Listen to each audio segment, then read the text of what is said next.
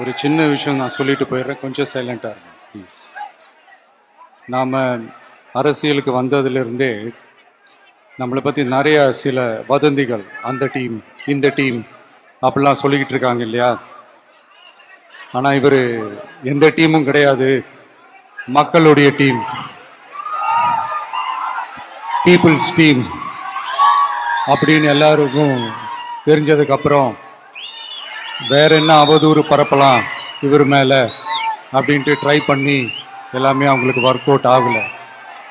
So கடைசியில் என்னதான் இந்த விஜயை பண்ணலாம் அப்படின்னு நினைக்கும் போது தான் இந்த கூட்டணி அந்த கூட்டணிலாம் சேர போகிறாரு அப்படின்ட்டு ஒரு பொய்யான ஒரு பிரச்சாரத்தை பண்ணிக்கிட்டு இருந்தாங்க.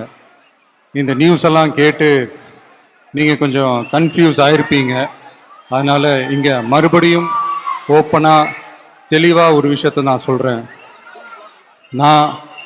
நாங்கள் எப்பவுமே மதச்சார்பற்ற கொள்கைன்றதில், அந்த ஸ்டாண்ட்லேயோ, மதச்சார்பற்ற சமூக நீதின்ற அந்த நிலைப்பாட்டிலையோ எப்பவுமே சமரசம் வச்சிக்கவே மாட்டோம்.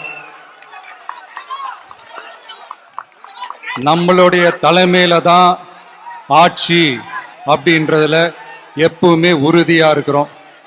நம்மளுடைய முதல் மாநாட்டில் கூட நான் சொன்ன மாதிரி அரசியல்ல யாருக்காகவும் எதுக்காகவும் எந்த விதமான ஒரு சமரசமும் நம்ம வச்சுக்க போறதே எல்லாம் அந்த பேச்சுவார்த்தையே கிடையாது. சரிங்களா? அதனால யார் என்ன அவதூறு பரப்புனாலும் தயவு செஞ்சு அதை நம்பாதீங்க.